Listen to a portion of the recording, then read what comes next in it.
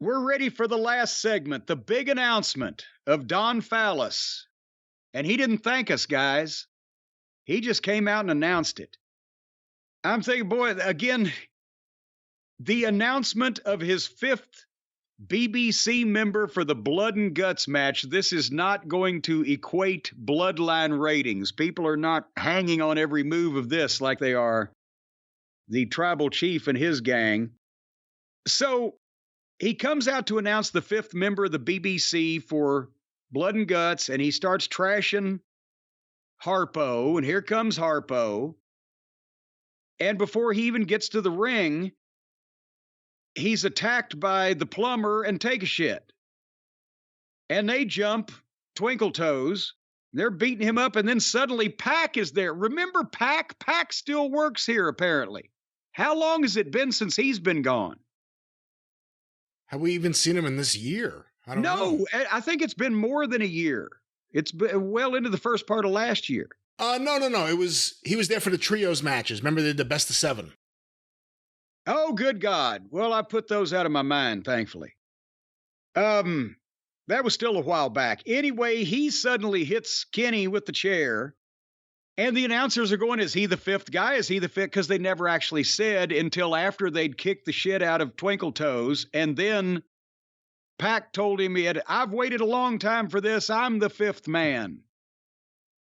And then, I swear I'm not making this up, just like your quotes from Kenny earlier in the program that I thought you were making up. They get Kenny down, and they put a chair around his neck, and Take a Shit is holding him, and Pac is going up to the top, and the plumber has the microphone, and he asks him if he's got any final words. And Kenny, with the chair around his neck being held down, is laughing. See, that's what they do in a video game.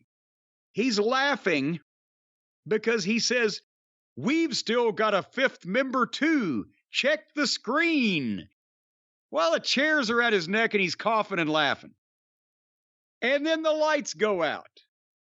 And now, of course, one of them's holding him. The other one's on the top rope. The other one's got a chair around his fucking neck.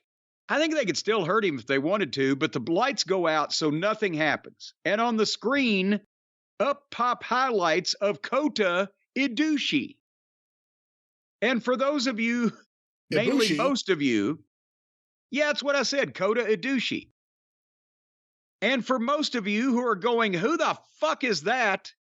Kota Ibushi is a fellow sex toy and child wrestler from the Orient who is now a former best friend and tag team partner and member of the Golden Lovers pairing with Kenny, and is another guy that a bunch of these mentally challenged individuals that think that this kind of wrestling gets over just think is just swell.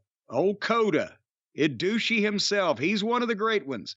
You can watch him on video on the internet wrestling sex dolls, 6-year-old children. Why, they have matches where they're all dressed up as I Dream of Jeannie, and bunches of them just stand around and stick their fingers up other guys' asses over and over in a circle. It's amazing the talent that this fucking nitwit piece of shit possesses. So, Kenny has now managed to strong-arm Tony Khan into flying another one of his outlaw friends from Japan over to the United States for an extended paid vacation where he gets to stink the fucking ring up too. And again, I will say the same thing as with Kenny. I don't care whether this guy can stretch the reanimated corpse of Lou Thez with the shit that he... And I have people on Twitter going, well, that was years ago he did that in a comedy wrestling promotion. Yeah, it was 1985 that Eddie Mansfield cut his head and exposed the business on fucking 2020, and I still think he's a piece of shit. So fuck this guy too. The disrespect... a supposedly legitimate professional wrestling promotion booking guys that have done that shit. I have no respect whatsoever for anybody involved. And I think that anybody on the AEW roster that does have any respect for their fucking profession should walk out and protest that this jackoff is coming in and getting stuck in a main event. Oh, come on. No one's going to walk out and protest. I didn't say they were. I said they should. Can you imagine that? They're doing their best, whatever their best may be, whenever they're called upon to do it.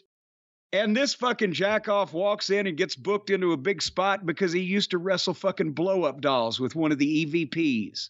Some of it was even in public. They did that stuff.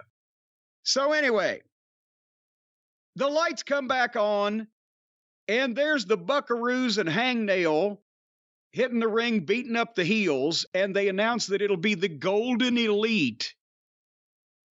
Should be Golden Rivers by IP Freely. Should be the name of their team. Against the BBC, and then they apparently ended early. For once, usually they almost go off the air without a finish, but since this was just a schmoz, they ended early and they had to talk back and forth to each other. And Kenny gets the fucking microphone, and my God in heaven, he's doing the phone sex voice. He's putting over another inappropriate child wrestler and sex doll grappler, and appealing to the same limited audience that has any idea who that stupid prick is to begin with. And as they're going back and forth, we know Kenny's a rotten promo, but Moxley had to walk up to the floor camera on the entranceway and just to say fuck as loud as he could into the hard camera, or into the floor camera. They are just jacking themselves off with Tony Khan's right hand on this program. So that was the last segment. That's what we call the mud line there. Yeah, Omega's not good on a mic. The people that pretend he is because he gave heartwarming speeches after his matches in Japan or whatever it is that you liked, he's not good on the mic at all.